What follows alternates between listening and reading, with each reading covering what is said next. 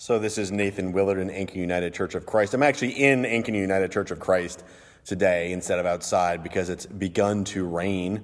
And so I thought we would do something different from here in the pulpit where I have access to Bibles and things and also no leaking roof. Note that we are not out in the narthex. So we're in 1 Thessalonians, and yesterday we talked a little bit about, hey, how great would it be if we still had all of the original Greek conventions for opening greetings and letters in our own lives, where we could remember how much other people have touched us. We can tell them how much they mean to us. That reminder that, yes, it is politeness. And of course, it gets in writing to be that since it's always there, one wonders how sincere it is.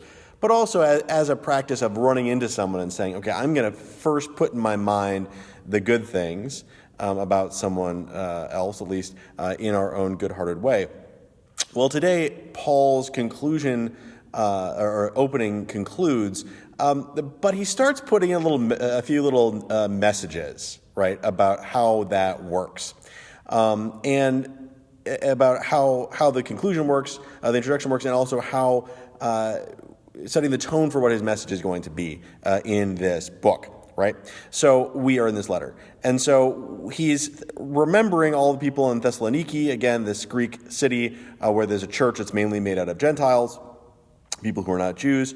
And he has reminded them what an example they've been for others, especially in Macedonia and Achaia. And now we move on in verse 8 to the message about the Lord rang out from you, not only in Macedonia and Achaia, but in every place. The news about your faithfulness to God has spread so that we don't even need to mention it. People tell us about what sort of welcome we had from you and how you turned to God from idols. As a result, you are serving the living and true God, and you are waiting for his Son from heaven. His Son is Jesus, who is the one he raised from the dead, and who is the one who will rescue us from the coming wrath. Okay, so he's setting things up, right? That in this end, we've gone quickly from how great you are to saying, hey, in case you forgot, or in case you missed your own message that you were saying, here's who Jesus is, right? Jesus is our Savior. And it's one of those things where you can also see why this kind of introduction maybe became uncomfortable for people or went out of favor, because it can sometimes be used in this way, like, oh, you are doing such a great job of keeping your house clean. I can go and tell all my friends about how neat your house was when I leave, right? Which is a very nice thing for someone to say, right? Except that it carries with it this sort of undercurrent of, unlike all the other times, or, hey, I don't want them to come to you and discover your house is a giant mess, right? And so there's a little bit of the passive-aggressive origins of the church here in Paul's message as well. And so we can see why we got out of it. But as we look at what Paul says, too, he's getting this message that we talked last week and in the previous weeks about how James and Paul were sometimes in disagreement about what you could say and what you could do. But what Paul is saying here is effectively what you have done is great, and we know it's great because other people are talking about it. I don't have to promote you to someone else. They see what you have done, they see what your message has been, and they can tell me about it. And so I'm going to remind you of what your message ought to be, but good job in living a life that someone could look at and say, this is what we should be listening to. And I think that that's really a good message for this introduction, to say, hey, what is the life that we should be living?